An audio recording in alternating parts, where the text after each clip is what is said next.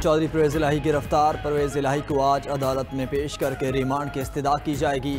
परवेज इलाही को लाहौर में ज़हूर इलाही रोड पर घर के करीब हिरासत में लिया गया। साबिक वज़ीर आला गिरफ्तारी के वक्त बुलेट प्रूफ गाड़ी में सवार थे। अहलकारों ने परवेज इलाही की गाड़ी के शीशे तोड़ दिए। सदर PTI को पकड़कर धकेलते हुए लेकर गए।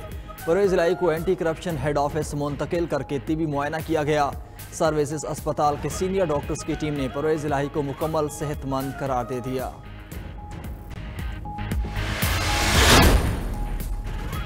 कौमी सलामती कमेटी का आज होने वाला इजलास मुलतवी। ज़राए के मुताबिक वज़ीर आज़म के दौरा तुर्किया की वजह से कौमी सलामती कमेटी का इजलास मुलतवी किया गया।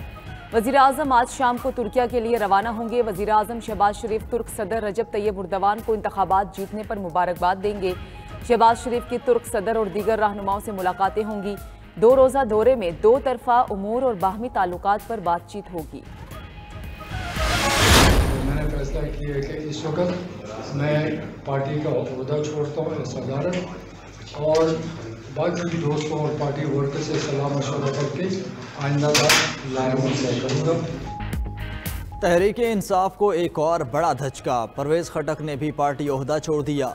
साबिक वज़ीर दिफा परवेज खटक का तहरीक इंसाफ खैबर पख्तूनख्वा की सदारत छोड़ने का ऐलान। कहते हैं 9 मई के वाक़यात की पहले ही मजम्मत कर चुके। 9 मई के वाक़यात पर पूरी कौम रंजीदा है। अल्लाह ना करे ऐसा दोबारा कभी हो। मुल्क में जो हुआ अच्छा नहीं हुआ। सियासी माहौल ख़राब है। दोस्तों के साथ मशवरा करके आइंदा का लाहे अमल तय करेंगे। 9 मई के वाक़यात की मजम्मत और PTI की विकटें गिरने का सिलसिला जारी। मरकजी सीनियर नायब सदर अमीर बख्श भुट्टो और सिंध के सीनियर नायब सदर अल्लाह बख्श अनड़ ने भी पार्टी को छोड़ दिया। अमीर बख्श ने कहा कि PTI क़यादत ने सिंध के मसाइल पर तवज्जो ही नहीं दी। पंजाब के साबिक मुशीर रफाकत गिलानी का भी PTI से लाताल्लुकी का ऐलान। पाकिस्तान तहरीक इंसाफ का टिकट भी वापस कर दिया। कहा कि शोहदा की यादगारों की बेहुरमती पर अफसुर्दा हैं। तशद्दुद की सियासत कभी की और ना ही करना चाहते हैं। उस्मान डार के बड़े भाई आमिर डार ने भी सियासत से किनारा कशी इख्तियार कर ली। कहा कि सियासत की वजह से कारोबारी नुकसान हुआ। नेशनल क्राइम एजेंसी से मुतालिका तहकीकात में पेशरफ्त। नैब ने 190 मिलियन पाउंड स्कैंडल के मरकजी मुलजिम चेयरमैन PTI को 7 जून को तलब कर लिया। तहरीक इंसाफ के सरबरा को नैब के सवालनामे के तमाम सवालात के जवाब साथ लाने की हिदायत। चेयरमैन PTI को 7 जून को नैब की कंबाइंड इन्वेस्टिगेशन टीम के सामने पेश होने की हिदायत की गई। अस्करी टावर हमला केस। असद उमर की 13 जून तक अबूरी जमानत। लाहौर हाई कोर्ट ने 11 अजला में कारकुनान की नजरबंदी का लदम करार दे दी।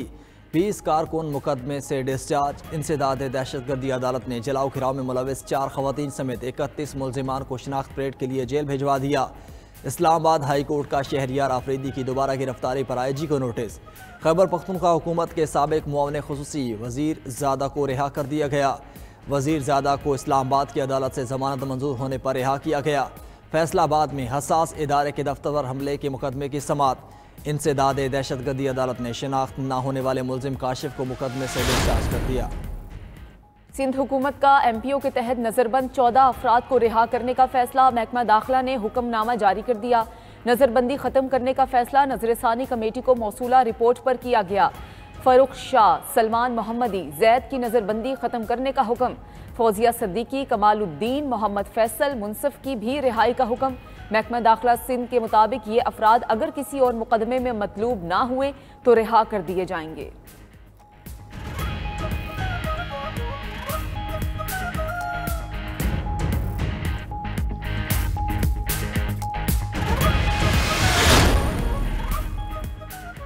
कुछ लोग चेयरमैन PTI के खिलाफ वादा मुआफ गवाह बनने को तैयार हैं। मुआवन खुसूसी अता तारड़ कहते हैं कि 9 मई को मनसूबाबंदी के तहत शरपसंदी की गई। PTI रहनुमाओं को फौजी तनसीबात के लिए खास हिदायत दी गई थी। मुल्क की सालमियत खतरे में डालने वाले अब भी साजिशें कर रहे हैं। अदलिया मुजरिमान की सहूलतकारी न करे। वफाकी वजीर जावेद लतीफ़ बोले 9 मई की शरपसंदी के लिए बैरूनी साजिश के सबूत मौजूद हैं। वज़ीर दिफा ख्वाजा आसिफ ने कहा ये PTI की 4 साल हुक्मरानी और 1 साल की अपोजिशन की गलतियां हैं जिनका सियासी मुनाफा हुकूमत को हो रहा है। दुश्मन गलती कर रहा हो तो टोकना नहीं चाहिए, उसका हुकूमतों का सफ़र जारी रहना चाहिए। मुल्क में महंगाई की हालिया लहर ने तमाम रिकॉर्ड तोड़ दिए। अप्रैल में महंगाई की शरह रिकॉर्ड 38% तक जा पहुंची। माहाना बुनियादों पर महंगाई की शरह में 1.58% का इजाफा हो गया। इदारा शुमारियात ने महंगाई के माहाना अदादोशुमार जारी कर दिए। रवा माली साल के 11 माह में महंगाई की शरह 29.16% रिकॉर्ड की गई। एक माह में शहरों में 1.5% और देहात में 1.69% महंगाई में इजाफा हुआ। ज़री मुबादला ज़खायर मजीद 21.81 करोड़ डॉलर कम हो गए। स्टेट बैंक की रिपोर्ट के मुताबिक 26 मई को ख़त्म होने वाले कारोबारी हफ्ते पर ज़री मुबादला ज़खायर 9 अरब 51 करोड़ डॉलर रहे। स्टेट बैंक के ज़खायर 10.23 करोड़ डॉलर कम होकर 4 अरब 9 करोड़ रहे। कमर्शियल बैंक्स के ज़खायर 11.58 करोड़ डॉलर कम होकर 5 अरब 42 करोड़ डॉलर रहे। कौमी असम्बली की कायमा कमेटी खजाना का इजलास। वफाकी वजीर खजाना और सदर नेशनल बैंक की अदम हाजिरी पर कमेटी का इजहार बरहमी। चेयरमैन कायमा कमेटी ने कहा कि नेशनल बैंक के सदर आइंदा इजलास में ना आए तो वारंट जारी कर देंगे। वजीर मुमलिकत खजाना आयशा गौस पाशा ने कहा कि आइंदा बजट में महंगाई कंट्रोल करना सबसे बड़ा चैलेंज है। बजट में खसारे और महंगाई का तवाजुन कायम करना होगा। आइंदा बजट टैक्स फ्री नहीं दे सकते। टैक्स आमदन ना बढ़ाई तो खसारा बेकाबू हो जाएगा। मईशत में इतना बिगाड़ है कि यकदम सब कुछ ठीक नहीं हो सकता। ख्वाजा आसिफ कहते हैं कि IMF की शराइत मानने से हमारा सियासी नुकसान हुआ। अमेरिका चीन को सुपर पावर बनने से रोकना चाहता, पाकिस्तान उसमें जुड़ा है। अमेरिका मतलब निकलने पर हमें छोड़ देता है। चीन मुश्किल वक्त में साथ खड़ा होता है। रहनुमा मुस्लिम लीग नून का मजीद कहना था कि PTI के ज़्यादा लोग जहांगीर तरीन और पीपल्स पार्टी में जा रहे हैं क्योंकि पंजाब के बेशतर हलकों में हमारे पास मजबूत उम्मीदवार मौजूद हैं।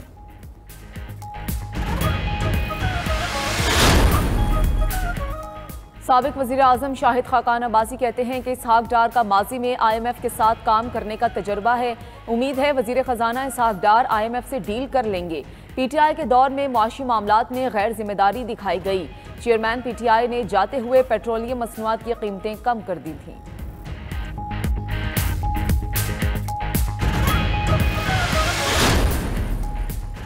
जहांगीर तरीन का नई कौमी सियासी जमात बनाने का मिशन। जहांगीर तरीन की इस्लामाबाद में 3 दिन मुख्तलिफ शख्सियात से मुलाकातों के बाद लाहौर आमद। जहांगीर तरीन खुसूसी तैयारे के जरिए इस्लामाबाद से लाहौर पहुंचे। तरीन की मुलाकातों और मुशावरत का सिलसिला लाहौर में भी जारी रहेगा। नाअहली के खिलाफ पटिशन दायर करने पर भी गौर। जहांगीर तरीन ने अपनी लीगल टीम से मुशावरत की। इलेक्शन कमीशन में पार्टी के रजिस्ट्रेशन से मुतल्लिक भी गुफ्तगू।